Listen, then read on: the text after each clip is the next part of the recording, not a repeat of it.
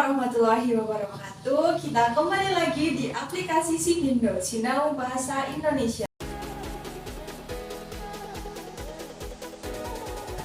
Lanjutkan materi, kita hari ini akan belajar mengenai jenis-jenis teks deskripsi.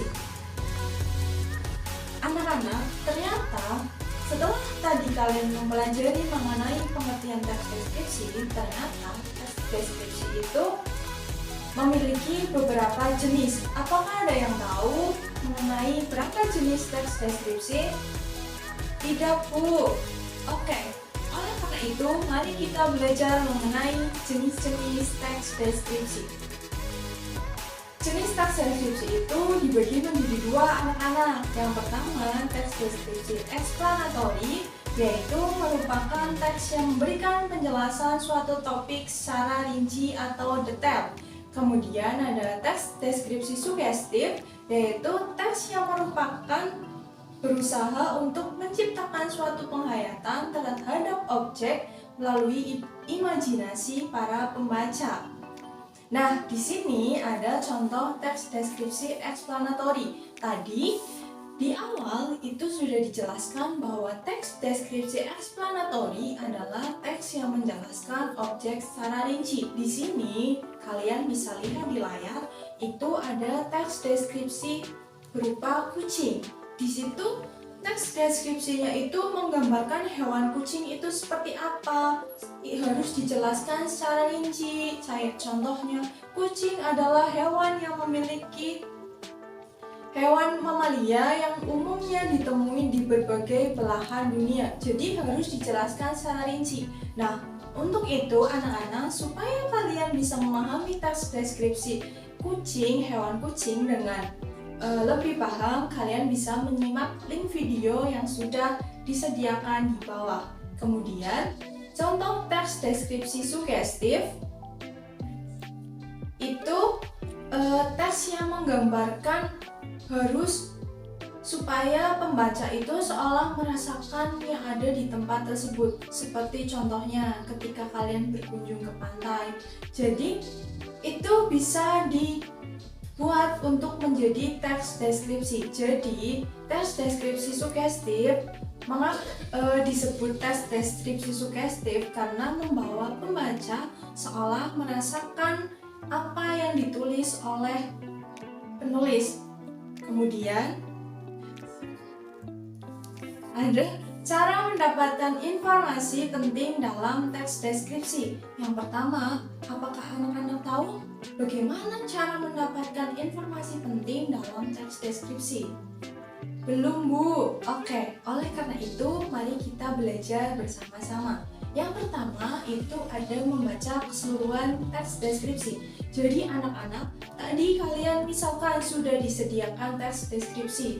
Nah, kalian harus membacanya secara cermat, kalian harus memahaminya. Kemudian setelah kalian membaca, kemudian kalian pahami isinya. Apa sih isi dari teks deskripsi itu? Kayak misalkan isinya adalah hewan kucing. Jadi kalian harus memahami informasi apa sih yang ada di teks deskripsi. Kemudian setelah kalian memahami, kemudian kalian menemukan ide pokok dari setiap paragraf. Dengan begitu, kalian bisa mendapatkan informasi penting yang ada di dalam teks deskripsi. Kemudian ada struktur teks dan ciri kebahasaan teks deskripsi. Anak-anak, kalian belajar mengenai jenis-jenis teks deskripsi. Jadi kalian tadi sudah belajar kan mengenai jenis-jenis teks deskripsi. Sekarang kita akan belajar mengenai ciri-ciri dari teks deskripsi. Struktur teks deskripsi dan ciri kebahasaan. Yang pertama itu adalah struktur teks deskripsi. Apakah ada yang tahu struktur teks deskripsi itu ada berapa? Ada 3, Bu. Oke, ada 3. Apakah bisa menyebutkan? Tidak, Bu. Nah, tadi ada yang bilang bahwa tahu 3, tapi belum bisa menyebutkan. Oleh karena itu, mari kita belajar secara bersama-sama. Yang pertama ada identifikasi atau pendahuluan, yang kedua adalah deskripsi bagian, dan yang ketiga adalah penutup atau kesan. Nah, struktur teks deskripsi yang pertama itu adalah identifikasi atau pendahuluan. Bagian pendahuluan itu, anak-anak dapat memperkenalkan topik atau objek yang akan kamu deskripsikan. Misalkan, kalian menentukan tema, saya ingin membuat teks deskripsi mengenai hewan kucing. Jadi, saya harus membuat pendahuluannya, kayak seperti contohnya, saya akan mendeskripsikan tentang hewan kucing. Kucing merupakan hewan peliharaan yang populer di seluruh dunia. Dalam deskripsi ini, saya akan menjelaskan tentang penampilan fisik, perilaku, dan beberapa karakteristik unik yang dimiliki oleh kucing. Nah, contoh di atas merupakan bagian pendahuluan atau pembuka. Jadi memperkenalkan kepada pembaca, jadi teks deskripsi ini akan mendeskripsikan kucing seperti itu. Kemudian, struktur yang kedua itu ada deskripsi bagian. Deskripsi bagian merupakan isi atau inti dari isi dari teks deskripsi tersebut. Kalian harus memberikan informasi secara rinci dan secara jelas agar pembaca menjadi paham apa yang kalian sampaikan di dalam tulisan. Seperti contohnya, ciri-ciri kucing termasuk tubuh yang lincah dan lentur, kemudian dengan 4 kaki yang dilengkapi dengan cakar tajam untuk memanjat dan berburu. Bulu kucing dapat beragam warna dan pola, mulai dari telinga yang tajam dan sensitif, serta mata yang bisa berwarna hijau dan biru ketika berada di gelap. Nah, di situ dijelaskan secara rinci mengenai deskripsi bagian bahwa kucing ini memiliki ciri fisik ini, makanya ini berbentuk ini, seperti itu. Kemudian struktur yang ketiga itu adalah penutup atau kesan. Jadi setelah kalian tadi memaparkan pendahuluan, kemudian memaparkan isi, setelah itu adalah bagian penutup. Jadi penutup ini adalah untuk menyimpulkan deskripsi yang telah kalian tulis. Kayak contohnya secara keseluruhan, kucing adalah hewan yang menarik dan menawan dengan berbagai ciri fisik dan perilaku yang unik. Kemudian, kucing menjadi hewan peliharaan yang populer di seluruh keluarga. Memahami karakteristik dan kebutuhan kucing dapat membantu kita merawat mereka dengan baik dan menciptakan hubungan yang harmonis antar manusia dan hewan peliharaan. Seperti itu. Jadi, kalian simpulkan mengenai apa yang sudah kalian tulis. Kemudian, kita akan memahami ciri kebahasaan teks deskripsi, yaitu ciri teks deskripsi A itu ada berisi penjelasan secara terperinci. Kalimat menggunakan serapan panca indera, kemudian pilihan kata dan emosi yang jelas, kemudian penggunaan kata sinonim dan penggunaan kata depan atau huruf kapital. Anak-anak, apakah kalian tahu apa tujuan dari ciri kebahasaan teks deskripsi? Tidak, Bu. Jadi, teks deskripsi memiliki ciri kebahasaan itu tujuannya adalah untuk membedakan teks deskripsi dengan teks lainnya. Oleh karena itu, mari kita belajar mengenai ciri kebahasaan teks deskripsi. Yang pertama, ciri kebahasaan pertama itu berisi penjelasan secara terperinci. Benar anak-anak? Jadi, teks deskripsi itu harus disampaikan secara rinci, harus disampaikan secara jelas agar pembaca menjadi paham. Seperti contohnya, kucing adalah hewan yang menarik dan menawan. Dengan berbagai ciri fisik dan perilaku yang unik, kucing menjadi hewan peliharaan yang populer di banyak keluarga.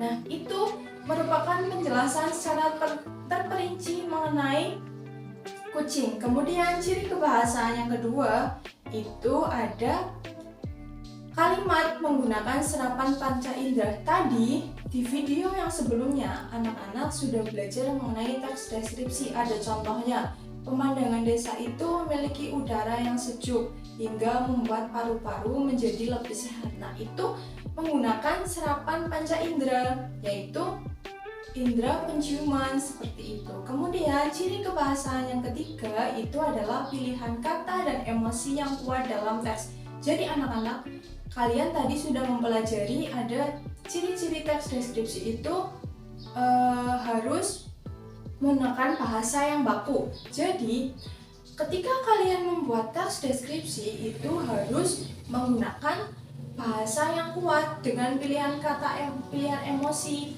pilihan kata emosi yang kuat seperti itu. Jadi kalian harus bagaimana caranya ketika kalian menulis teks deskripsi, pembaca seolah merasakan apa yang kalian tulis. Kemudian ciri kebahasaan yang keempat itu ada penggunaan kata sinonim. Apakah ada yang tahu sinonim itu apa? Lawan kata bu, salah, itu bukan, itu namanya antonim. Kalau sinonim itu adalah persamaan kata. Jadi di dalam teks deskripsi itu biasanya menggunakan kata sinonim, kayak seperti contohnya luas yaitu lapang atau lebar, melihat itu, kemudian menyaksikan itu sama saja dengan sinonim. Kemudian langkah-langkah menyusun teks deskripsi yang pertama itu adalah menentukan topik. Jadi kalian harus menentukan topik dahulu. Teks apa yang ingin kalian tulis? Saya ingin menggambarkan apa ya? Saya ingin menulis teks deskripsi tentang apa ya? Seperti itu.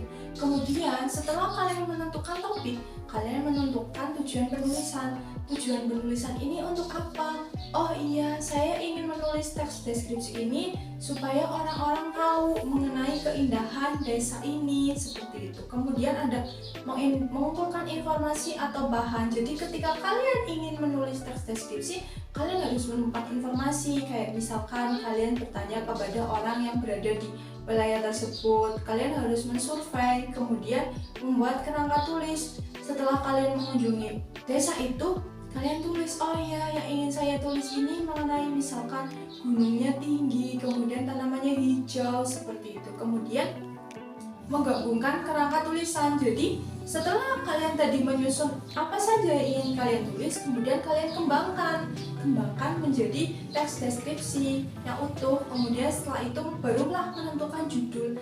Kira-kira setelah saya membuat teks deskripsi ini, judul apa yang sesuai dengan apa yang sudah saya tulis. Nah, itu merupakan langkah-langkah menyusun teks deskripsi. Sekian anak-anak mengenai materi topik teks deskripsi. Nanti kita akan belajar ke materi selanjutnya.